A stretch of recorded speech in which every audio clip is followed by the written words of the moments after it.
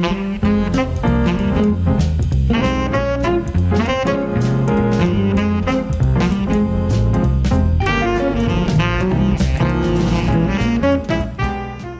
to the Innovative Hotelier, brought to you by Hotels Magazine. I'm your host, Robin Trimingham.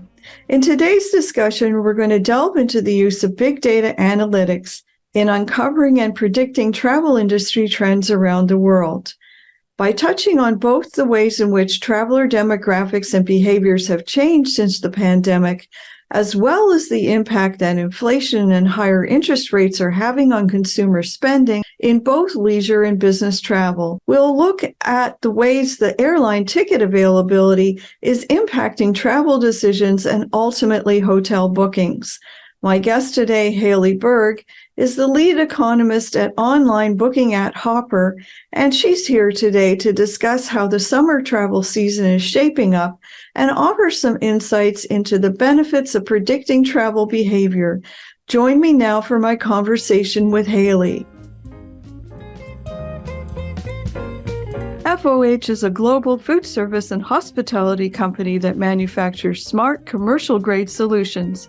Headquartered in Miami, the company designs and manufactures all their restaurant and hotel products.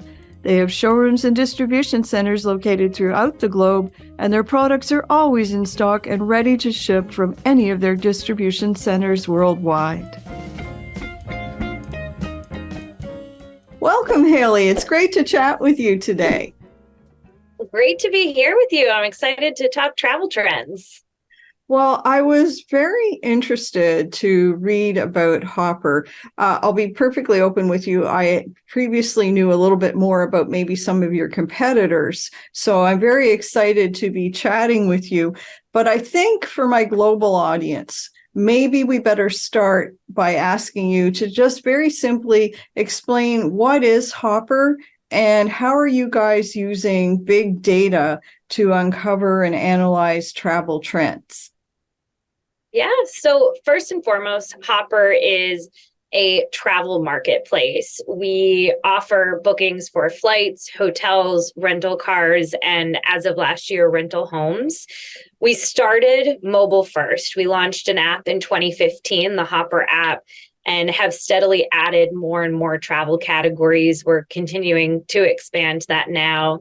But the basis of much of the Hopper app and really the way we work at Hopper is big data, machine learning, and predictive algorithms. We have an incredible historical archive of prices that we use to forecast the future price of travel so we can give our users recommendations, very specific recommendations about when you should buy, when you should wait, how much you should expect to save.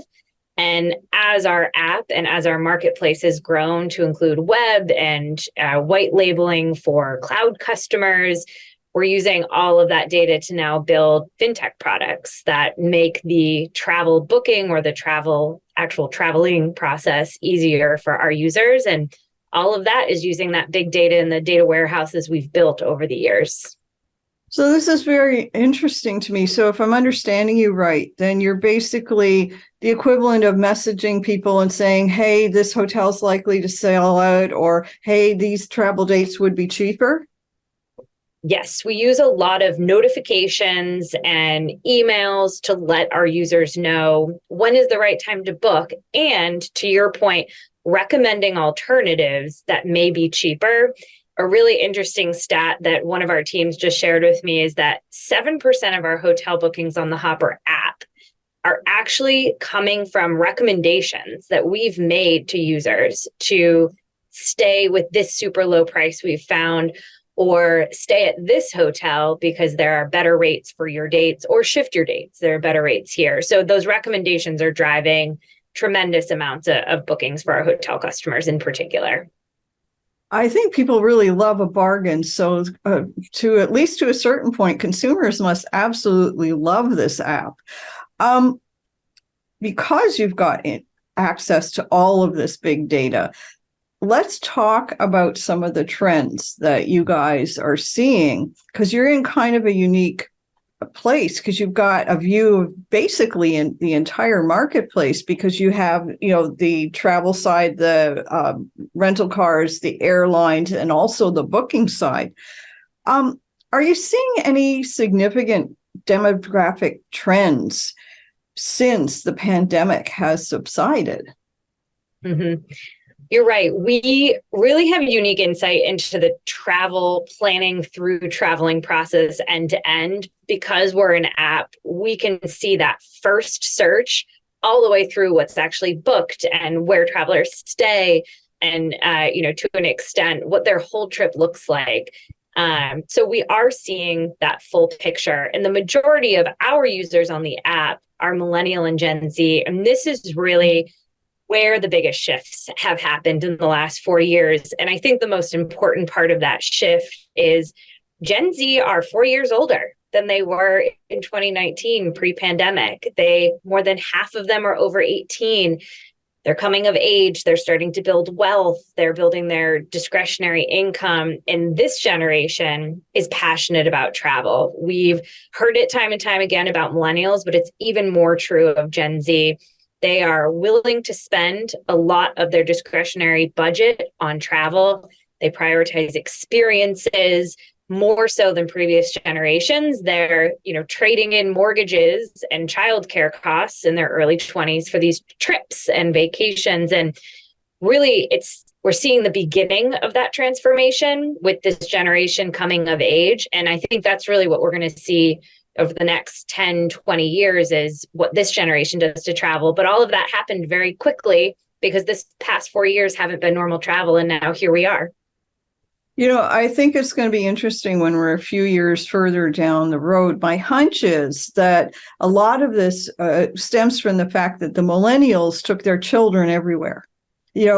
Previous generations, it was the sit up and behave, and you put on your party dress for grandma once in a while. Well, millennials took their kids everywhere. So I think this travel thing is really becoming part of their DNA. Let's talk about travel planning behaviors generally. Have you seen any changes with that? We've seen a really seismic shift in how planning is happening and when. And that's really the most notable change that I've seen.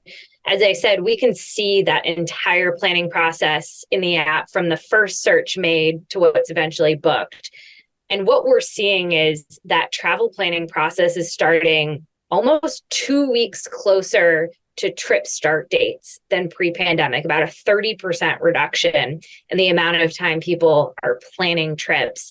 And it's really a holdover from the pandemic, when most bookings in 2020 and 2021 happened at the very last minute, whether it be for flights or hotels. And what that means is that window that we have as travel marketplaces to convert these customers to take this flight or book this hotel is much smaller than it was pre-pandemic. And it means we need to be better at giving the right recommendations and showing the right products or offerings to convert customers in that window. And it's an interesting problem to solve, because oftentimes the best prices are not available in that very short window before the trip begins. And we worry our customers are missing out on them, but that is the biggest change. That's what we need to adapt to the most. Unless, of course, you're a cruise ship. My understanding is that the cruise industry, there really are some last minute deals. What's your hunch here? Is this just still a reactionary behavior from pent-up travel demand from the pandemic, or do you really think this is here to stay? Like, are people booking 2024 right now, or are we really literally booking July and August? We're still seeing July and August are popular for bookings right now. Hotel bookings have always been aired on the side of being more last minute. So it's really the flight bookings that kind of anchor for a lot of trips that are happening on a much shorter advance. I think what we'll see is over the next few years, that planning time, it will spread back out, especially as prices are so high. And we know consumers are price sensitive. There's inflation, budgets are stretched. So booking at the right time to get the cheapest price will become more and more important, really even in the next 18 months. I think some of this is just that pent up COVID-19 demand. We saw it last year for domestic trips. We're seeing it this year for international. Travelers are willing to book at the last minute, pay the higher prices coming out of the pandemic. But I imagine that we'll see those advances, that planning period stretch out as we, get further away from such a huge black swan event. It's interesting because if you think about, I'm going to call it something either exotic or complicated, like the once in a lifetime trip to climb the pyramids, go to Machu Picchu. I don't think you can really realistically plan those overnight. So I'm wondering, as people get braver about going out in the world again, how much of this is going to be last minute and how much of it is going to normalize, as you say. You mentioned interest rates and inflation. Okay, so that's really a thing everywhere, isn't it? And consumer spending is being impacted left, right, and center. How is travel being impacted by all of that? Do you discern any difference at all between leisure travel spending and business travel spending, for example? Mm-hmm. It's interesting, really, since 2021, when leisure travel started inching back and interest rates started inching up, we've been asking the same question over and over again, which is, when will all this economic pressure start impacting desire to travel or willingness to pay to travel? And really, we've failed to find any indicators that it is. What we're seeing instead is that budget being reallocated to get more for it. So, for example, I mentioned travelers are planning very last minute, but in that shorter planning window, we see users coming back and checking the price of their trip 30 to 50% more times than they did in 2019. So shorter window of planning, but checking prices significantly more. They're booking the cheapest hotels or accommodations or flights that they can find, but it's because on average, they're taking more trips. They're fitting in an extra domestic trip in the year or potentially adding a few days to an international trip.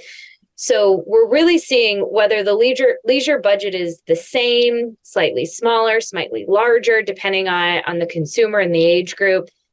The main theme is getting more for your money, even with all of these inflationary pressures, as travel continues to be the focus.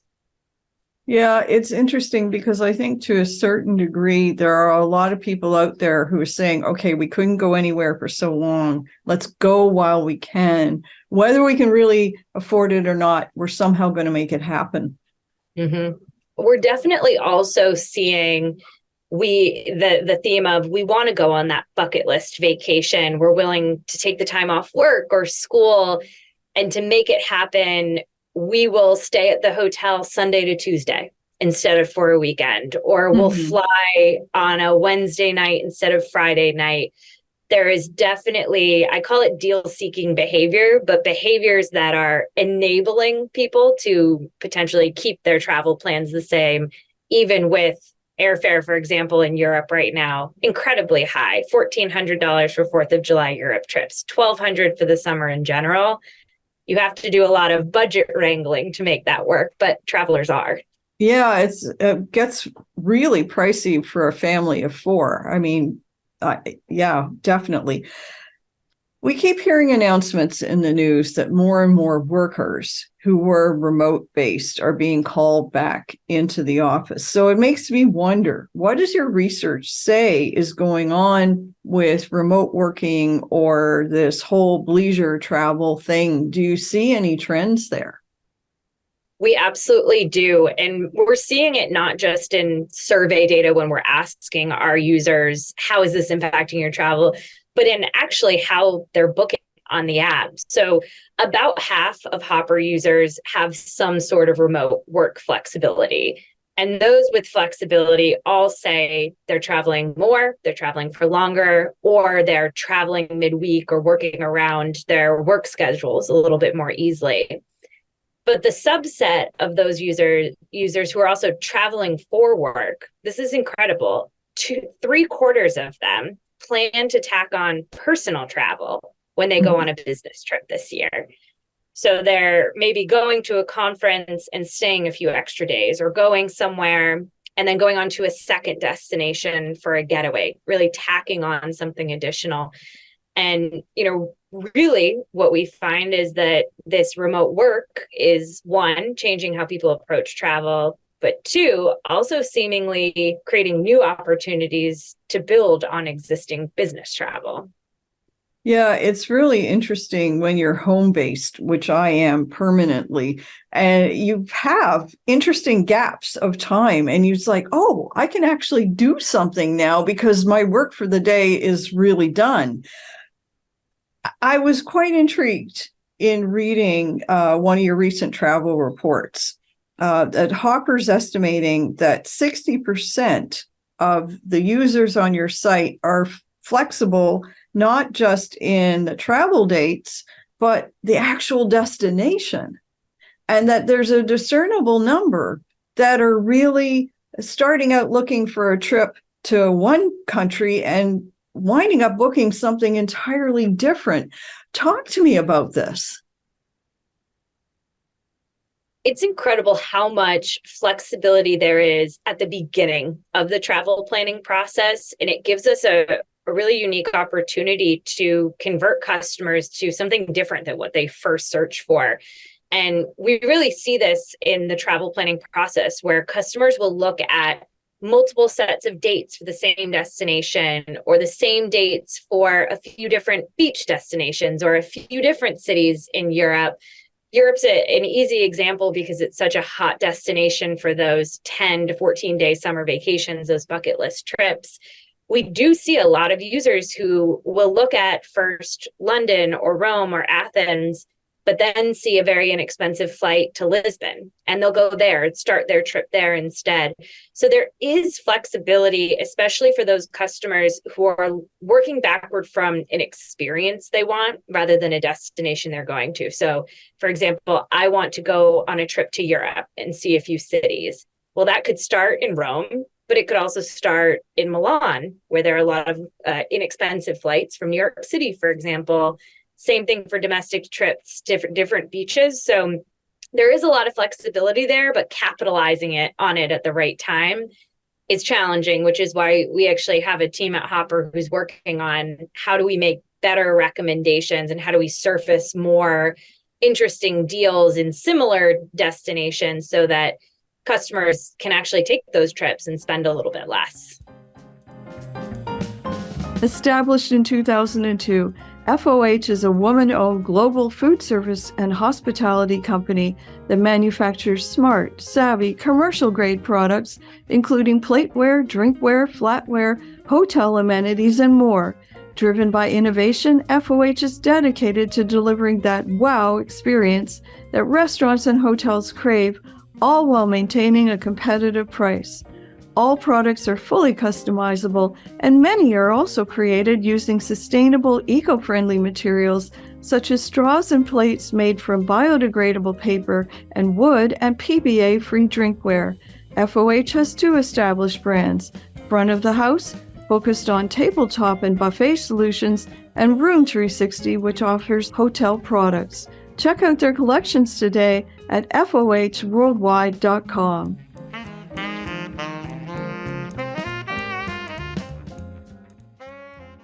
You're making me wonder then, what are the primary motivators for travel at the moment?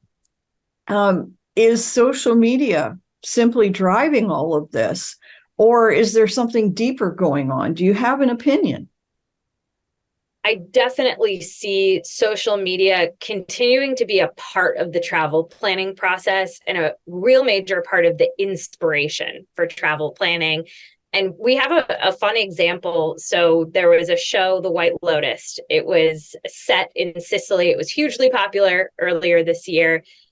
And since then, we've seen incredible volumes of hotel bookings in Palermo and flights to airports in Sicily.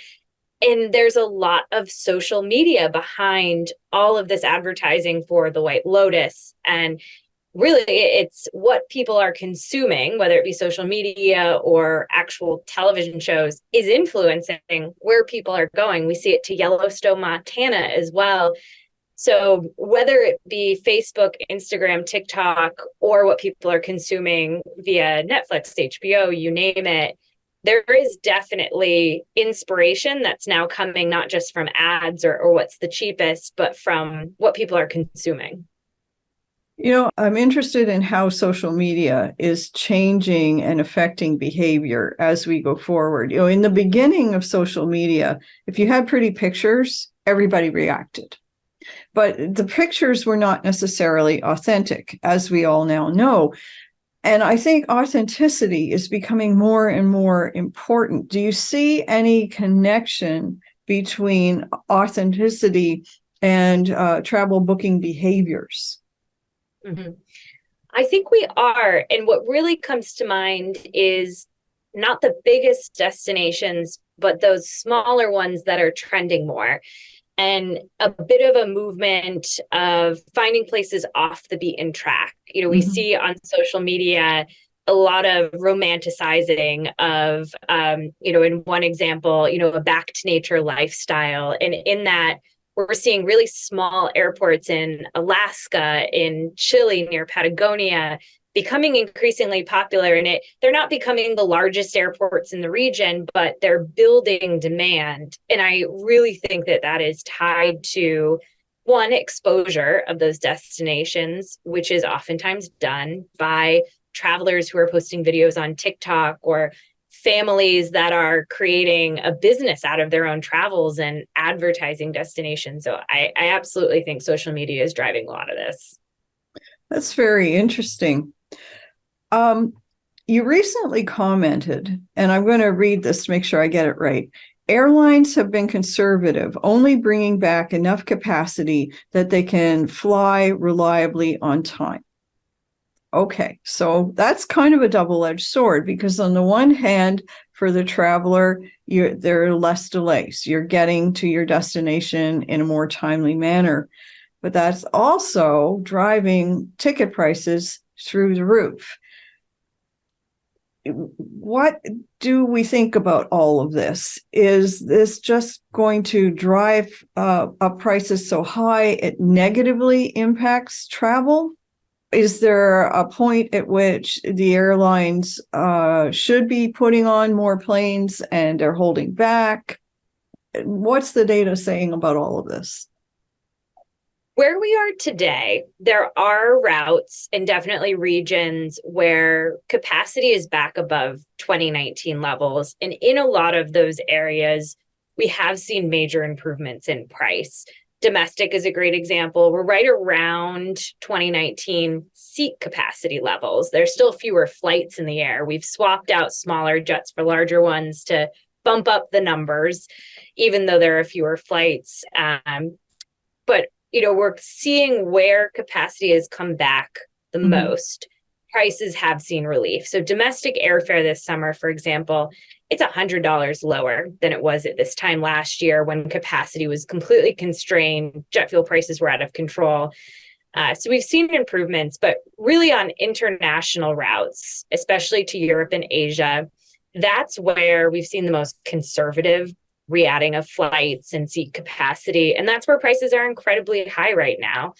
So what we'll need is time. Some of this is operational, bringing back what we can operate on time, bringing back what the airports themselves can handle. New York is a great example. There aren't enough air traffic controllers for capacity to be added at New York airports right now. So the rest of the recovery is going to take time, and we may end up in a position where, like to Europe, like to Asia, there are fewer seats available to book and more people who want to book them, and a bit of throttling. But we have seen optimization. Airlines at the end of the day want to get a paying customer onto a plane and onto their destination. So where there's the most demand, we see more flights being added, capacity being added. But until shipments of planes that were delayed by COVID come in, until staffing by the FAA and air traffic control is increased. Those are the factors that are going to hold us back and potentially throttle some of the demand. Yeah, it really takes a village, doesn't it? When I look online myself and I'm searching for flights, and it doesn't really matter whose app or site you're on, the flights will come up and it'll be shortest duration, highest price on average. And then there'll be these crazy options. Well, if you'd like to change planes 3 or 4 times and take 23 hours to do a 2-hour flight, I'm exaggerating, of course, here's this great deal. Are people really going for that? I mean, has the average length of short haul or long haul trips changed? We absolutely see people who are willing to connect 4 times and do a spin and circle back or whatever it is to get to their destination for the lowest fare. And part of that is not new. Part of that is hacker fares when you have 2 one-ways combined to make a round trip. Those have been around for a really long time. Mm-hmm. And marketplaces like Hopper, we combine those, we show them to you as if it's a round trip fare. They have chipped away at that lowest price available. So now we've gotten used to having either via a low-cost carrier or these hacker fares, really low fares available. And in a position like we are today, where there's less capacity, especially to a destination like Europe, it's my favorite example, there might only be a few direct flights to your destination in Europe. Yeah. But if you can get tricky with all of these different one-ways, you might be able to get there with just 1 or 2 stopovers for a lot less. That said, that is a lot of pressure to put on consumers to say, go do all this math, connect all the dots, and figure out how to get to your destination for cheaper than anywhere else. So we actually have a team that works on a product. It's called virtual interlining. And it is essentially the question of, how can you get from A to B and back if you need to for the cheapest, but without a 48-hour layover or an extended time stuck in any one place? Because duration is important. Those nonstop flights are very attractive, but if we can find a middle ground, we do see really incredible conversion, people purchasing flights that may be a little less convenient, but are so much less expensive, it's worthwhile. Well, I'm glad to hear that, because I really do think some people don't realize that when they book one of those trips to Europe, and the first leg is, oh, we're landing in Amsterdam. Well, that sounds kind of good. And you don't really realize when you're booking it that you're going to be at the airport at 3 a.m. as far as your body is concerned. And then you're going to walk the entire length of the airport to get to your connecting flight. Yeah, it's definitely an interesting time out there.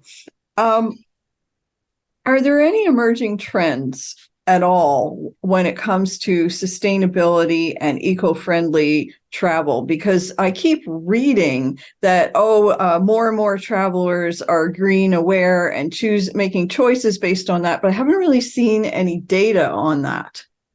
Mm-hmm. We actually really put a bet on this back at the end of 2019, that this was important to travelers. So back in 2019, we started a program we call Hopper Trees. And for every booking made on our app, we plant 2 trees. Right now we're planting mangroves in an effort to contribute to offsetting the impact of travel booked on our app. And the reason we did that is the overwhelming feedback that we had from our users is they were interested in learning how to reduce their footprint, understanding how to travel more sustainably, but many of them didn't really know how. You want to go to these destinations. Travel is an incredible thing in connecting people and cultures, but aircrafts emit an incredible amount of CO2. So there was definitely a challenge that users didn't really feel like they could overcome and understanding how to do better. So we said, we'll do it for you. We'll take on the onus of planting trees and doing the offsets. And the feedback has been incredibly positive. More than half of our users say that us having this program makes them a lot more likely to recommend us to a friend, to a family member, a colleague. So I think that's the proof that we were looking for, that there is a desire there. There's definitely confusion, maybe some uncertainty about how consumers should go about it. And we took the angle of, we'll try to solve that problem for you.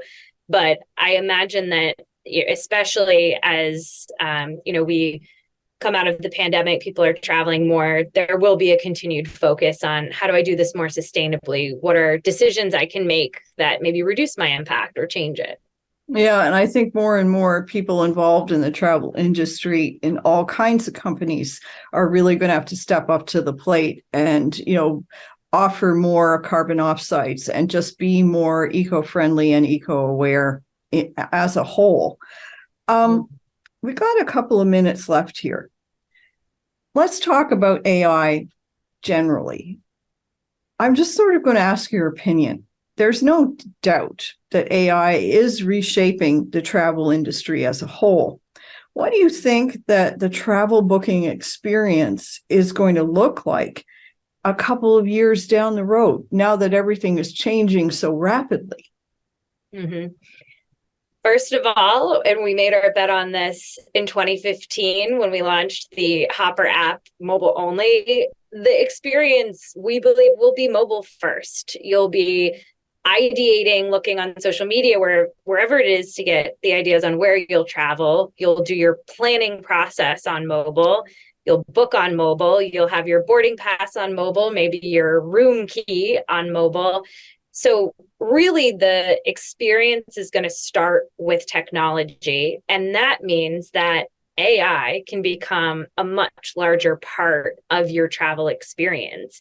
With a phone, we have a window to users almost at all times, can make recommendations, can really proactively present options to users. So I think in future, we're going to see mobile-driven personalization of recommendations. What specifically do we recommend to you based on your behavior, where you've traveled? More targeted ads, more programmatic listing of different options.